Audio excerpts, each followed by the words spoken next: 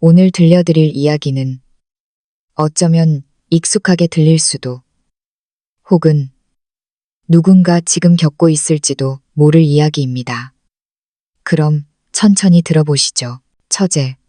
그러니까 시누이가 결혼을 했는데 온 가족이 제게는 비밀로 했습니다. 그러고는 이틀 뒤 시어머니가 전화를 걸어와 대뜸 시누이 혼수 가전 사게 6천만 원만 내놔라 하더군요. 제가 아무것도 모르고 당했을까요? 천만에요.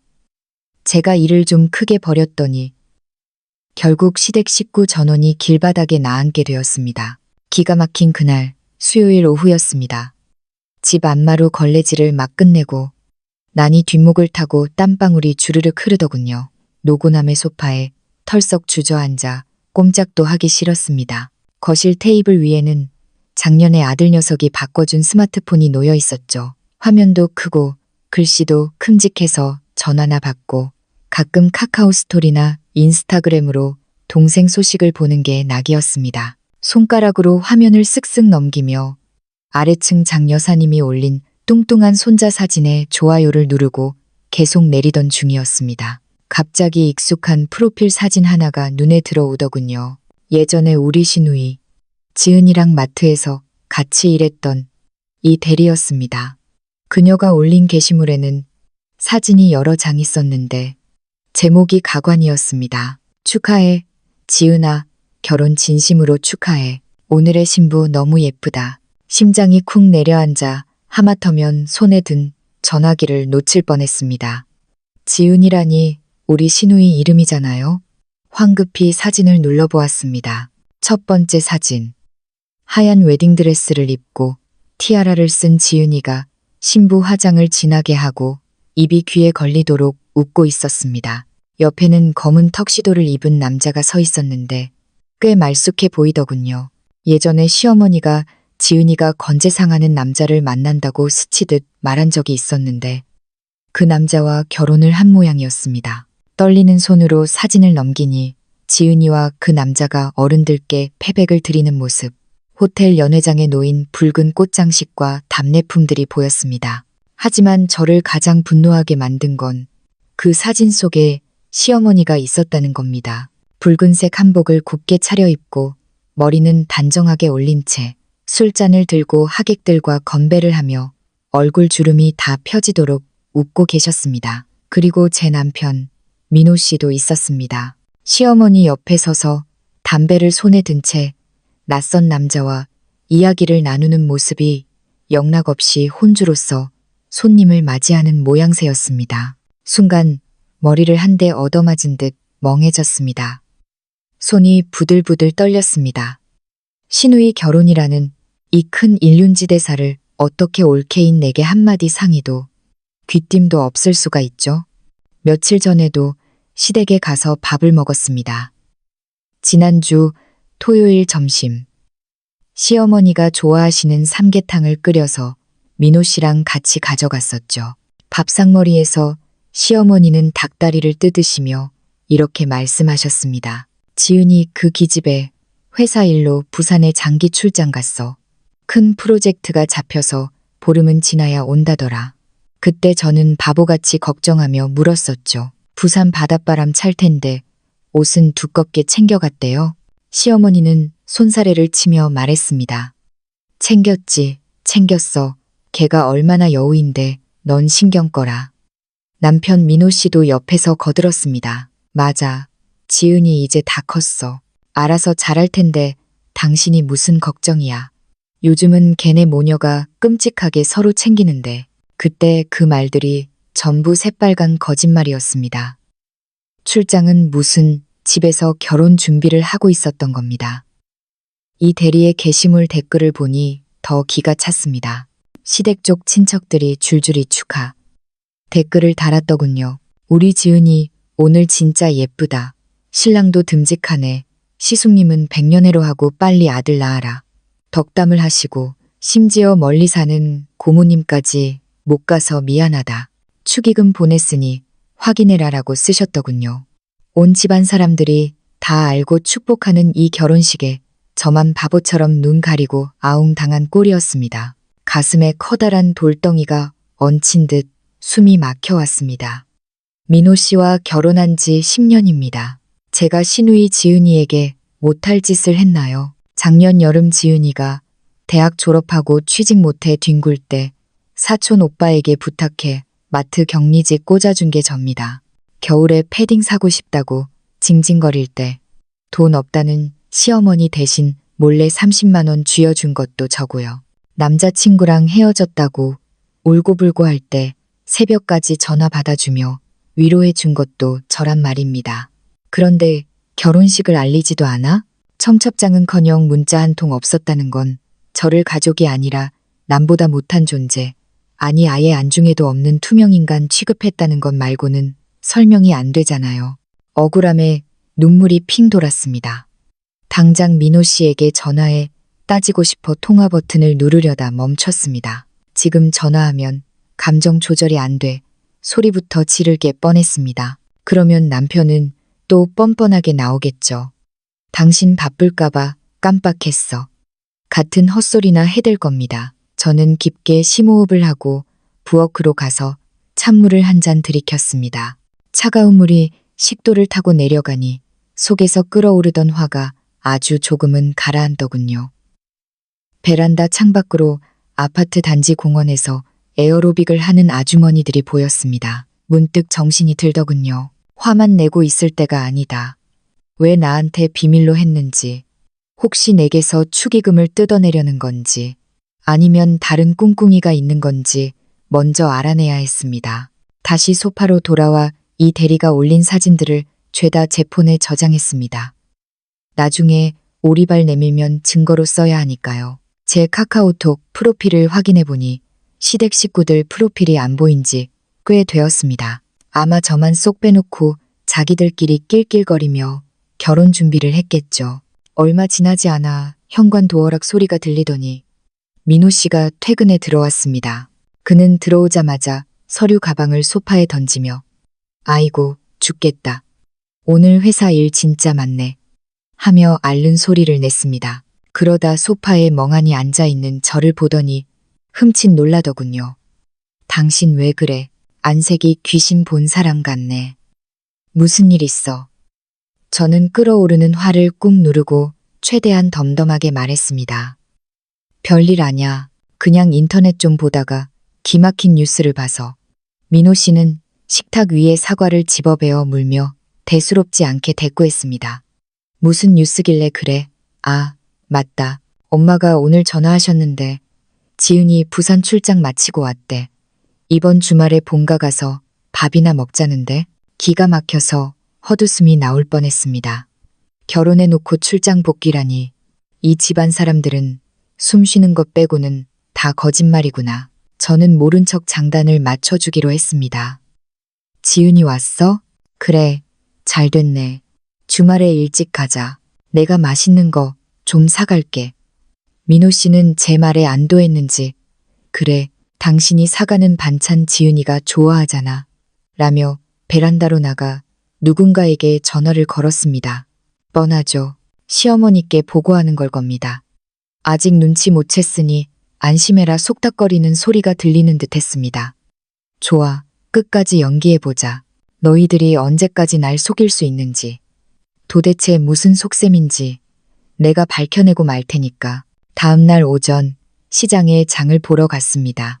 두부가게 김씨 아주머니와 흥정 끝에 국산 콩두부를 깎아서 사고 나오는 길이었습니다. 채소 가게 쪽으로 가는데 주머니 속폰이 징징 울렸습니다. 두부 봉지를 떨어뜨릴 뻔한 걸 겨우 팔꿈치로 잡고 전화를 받았습니다. 시어머니였습니다. 여보세요? 예, 어머니. 야, 소연아. 너 어디냐? 시어머니 목소리는 언제나처럼 귀청이 떨어질 듯 컸습니다. 늘 싸우는 듯한 말투, 정말 정안 가는 스타일이죠. 저는 채소 가게 구석으로 피하며 대답했습니다. 시장이에요. 두부 사고 시금치 좀 살까 해서요. 무슨 일 있으세요? 옆에서 채소 가게 박씨 아저씨가. 소연 씨, 시금치 오늘 좋아. 싸게 줄게. 하며 눈인사를 건넸지만 저는 시어머니가 또 딴지 걸까봐 목례만 하고 입을 다물었습니다. 아니나 다를까. 시어머니가 짜증을 냅니다. 장 보는 게 중요하냐? 얼른 집어치우고 내 말부터 들어라. 너 지은이 결혼한 거 알지? 심장이 철렁했지만 올 것이 왔구나 싶었습니다. 시침이 뚝 떼고 물었습니다. 네, 지은이 결혼이요. 금시초문인데 며칠 전만 해도 부산 출장 갔다고 하셨잖아요. 전화기 너머로 잠시 침묵이 흐르더군요. 제가 이렇게 나올 줄 몰랐나 봅니다. 잠시 후 시어머니가 뻔뻔한 목소리로 대꾸했습니다. 아, 그게 네가 회사 일로 바쁠까봐 그랬지. 워낙 급하게 나를 잡아서 경황이 없었다. 어쨌든 결혼식은 잘 끝났는데 신혼살림을 아직 다 못 채웠어. 냉장고도 덜덜거리고 세탁기도 낡아빠졌고 사돈댁에서 겉으로는 말 안 해도 속으로 얼마나 흉을 보겠냐. 우리가 친정인데 모양 빠지게 할 순 없잖니. 속으로 코웃음이 나왔습니다. 결혼식은 바쁠까봐 비밀로 해놓고 돈 쓸 일 생기니 이제야 옳게 대접을 해주겠다. 그래서요, 어머니. 제가 어떻게 해드리면 될까요? 그릇이나 냄비 세트 같은 거라면 제가 주말에 마트 가서 좋은 걸로 한 세트 사다 줄게요. 그러자 시어머니 목소리 톤이 확 올라갑니다. 누가 냄비 쪼가리 사오랬냐? 째째하게 굴지 말고 통 크게 좀 써라. 냉장고, 세탁기, TV, 에어컨 다 최신형으로 싹 맞춰야지. 견적 뽑아보니까 대충 6천만 원은 들겠더라. 내가 일단 6천만 원만 해라. 그래야 우리 지은이기 좀 펴고 살지. 6천만 원. 시장 바닥에서 소리 지를 뻔했습니다. 6만 원도 아니고 6천만 원이 누구 집게 이름입니까? 저랑 민호 씨가 10년 동안 안 입고 안 먹으며 모은 돈입니다. 결혼식 초대도 안 해놓고 6천만 원을 내놓으라니 저를 무슨 현금 인출기로 아는 게 분명합니다. 박씨 아저씨가 제 표정이 심상치 않음을 느끼고 슬금슬금 눈치를 보며 시금치를 다듬더군요. 저는 최대한 침착하게 말했습니다. 어머니, 6천만 원이 적은 돈이 아니잖아요. 저한테 지금 당장 그런 큰 돈이 어디 있어요. 민호 씨랑 상의도 해봐야 하고 통장 잔고도 확인해야 해요. 일단 끊으세요. 제가 알아보고 다시 전화드릴게요. 시어머니는 의외로 순순히 물러서지 않고 다그쳤습니다. 야, 상의는 무슨 상의냐. 민호는 다 찬성할 거다. 뜸들이지 말고 오늘 오후까지 돈 보내라. 내일 지은이 가전 보러 가기로 했으니까 늦으면 안 된다. 알았지. 전화를 끊고 나니 폰이 뜨거웠습니다. 아니, 제 속에서 열불이 나서 뜨거운 건지도 모르겠네요. 박씨 아저씨가 걱정스럽게 물었습니다.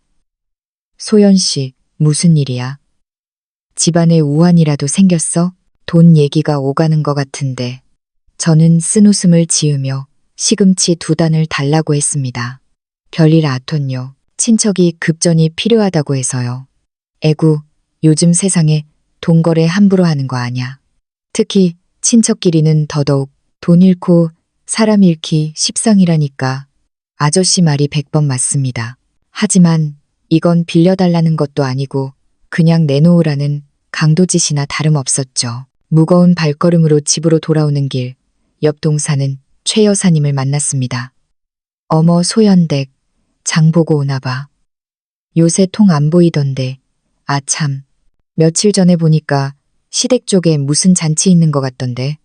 누가 웨딩드레스 입고 들락날락 하더라고. 역시나 동네방네 소문 다 났는데 저만 몰랐던 겁니다. 아, 네, 친척 조카가 결혼했나 봐요. 저도 잘은 몰라요. 얼버무리고 집에 와서 소파에 앉았습니다.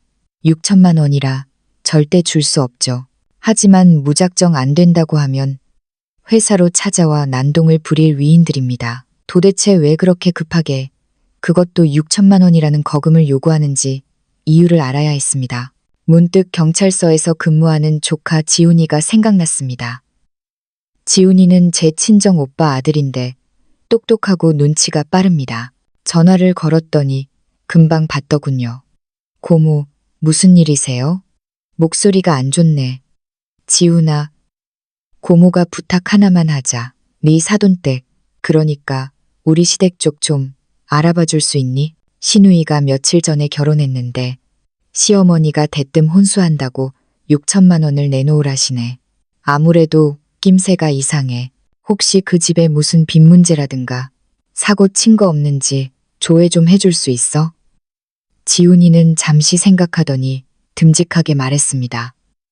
알겠어요, 고모. 뭔가 냄새가 나네요. 제가 비공식적으로라도 좀 알아볼게요. 너무 걱정 마시고 기다리세요. 퇴근 전까지 연락드릴게요.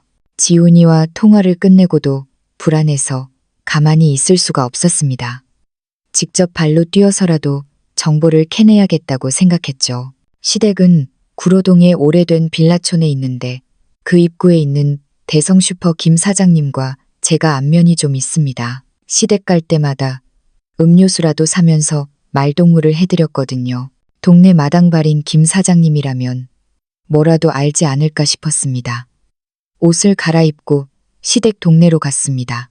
혹시나 시어머니와 마주칠까봐 모자를 푹 눌러 쓰고 슈퍼로 들어갔죠. 김 사장님은 라디오를 듣고 계시다가 저를 보고 반갑게 맞이했습니다.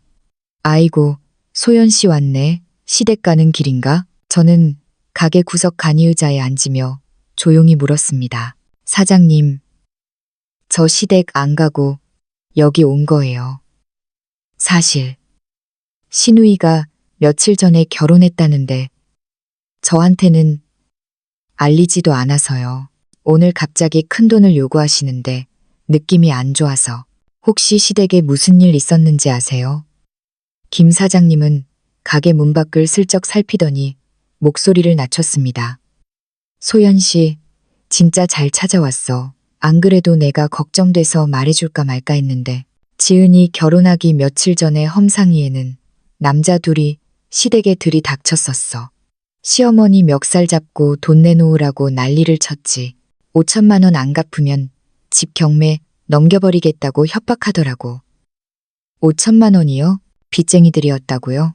그렇다니까. 시어머니가 벌벌 떨면서 딸 결혼시키면 축의금이랑 며느리한테 돈 받아서 갚을 테니 며칠만 봐달라고 사정사정하더구만. 그래서 그 깍두기 형님들이 돌아갔어. 기가 막혔습니다. 혼수는 핑계였고 제 돈 6천만 원 뜯어내서 사채 빚 5천만 원 갚고 남는 돈 챙기려는 속셈이었던 겁니다. 왜 빚을 졌는지도 아세요?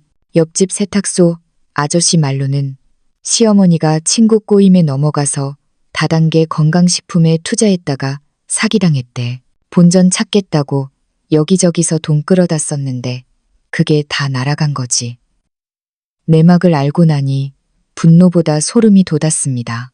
이 사람들이 나를 가족이 아니라 빚 갚아줄 물주로만 봤구나.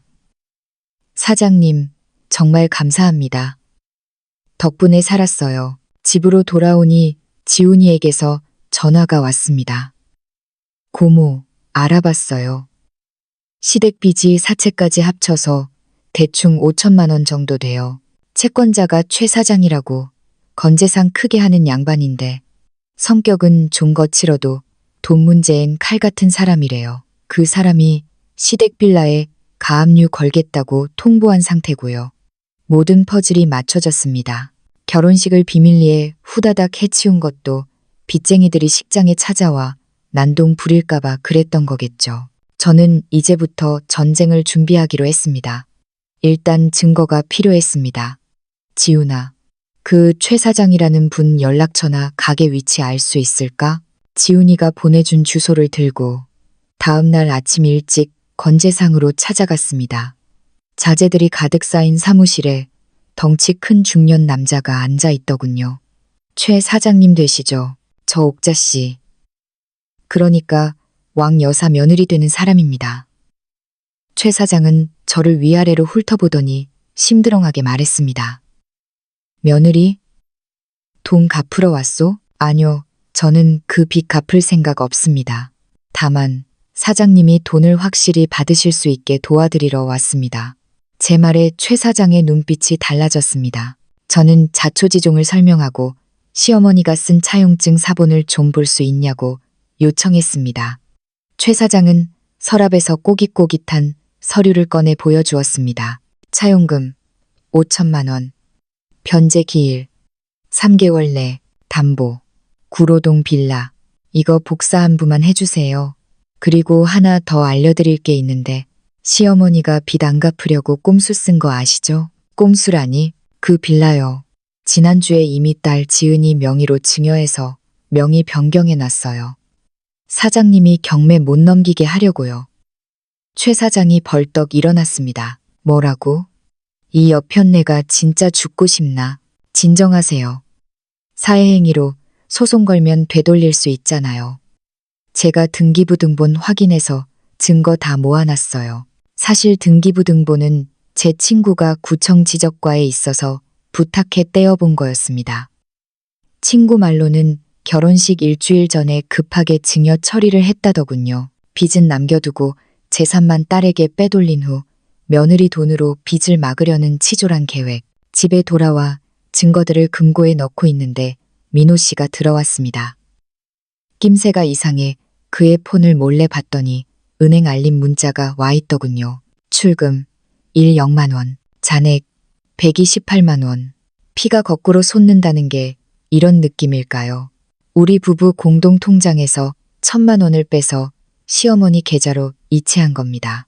저는 당장 은행으로 달려가 공동명의 계좌의 지급 정지를 신청했습니다. 배우자가 상의 없이 자산을 유출하고 있다는 사유로 동결시켜버렸죠. 그날 저녁 민호 씨가 씩씩거리며 들어왔습니다. 야, 너 통장 막았어? 내가 돈 좀 쓰겠다는데 그게 무슨 짓이야? 돈 좀 쓴다고 1,000만 원이 껌값이야? 당신네 식구들 나한테 6천 뜯어가려는 것도 모자라 이제 도둑질까지 해? 도둑질이라니 우리 엄마가 급하다잖아. 자식된 도리로. 그 자식 도리 당신 혼자 해. 내 돈 건드리지 말고 그 돈 다시 채워놓기 전까진 국물도 없을 줄 알아. 안 그러면 당장 이혼이야. 민호 씨는 제가 이혼 이야기를 꺼내자 흠칫 놀라 입을 다물었습니다. 주말이 되었습니다. 시어머니가 닭백숙 해놨으니 와서 밥이나 먹어라 하며 전화를 하셨습니다. 뻔하죠. 돈 달라고 회유하려는 겁니다. 저는 순순히 알겠다고 하고 시댁으로 갔습니다. 집에 들어서니 분위기가 가관이었습니다. 지은이는 눈이 퉁퉁 부어 있고 시어머니는 알아놓은 척 머리에 수건을 두르고 계셨습니다. 소연아, 왔니? 애구, 내가 몸이 안 좋아서. 어머, 편찮으세요. 병원 가보셔야죠. 제가 걱정하는 척하자 지은이가 훌쩍거리며 연기를 시작했습니다. 언니, 사실은 나 혼수 때문에 시댁에서 파혼하자고 그래. 6천만 원 못해가면 결혼 없던 걸로 하겠대. 나 어떡해? 시어머니도 거들었습니다. 소연아, 네가 적금 든 거 있다며? 그거 깨서라도 좀 빌려다오. 이자 쳐서 갚으마.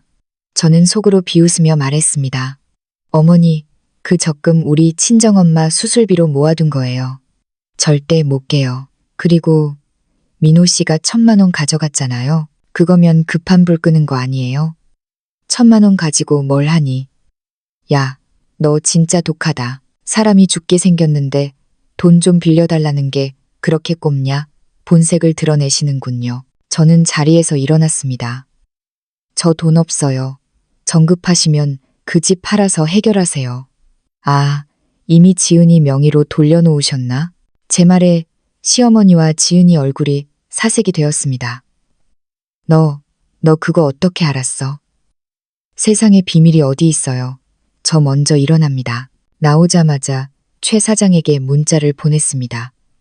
지금 들이닥치세요. 5분도 안 돼서 최 사장과 덩치들이 시댁 문을 박차고 들어가는 게 보였습니다. 고함과 비명이 난무했습니다. 저는 빌라 주차장에 서서 그 소리를 들으며 묘한 쾌감을 느꼈습니다.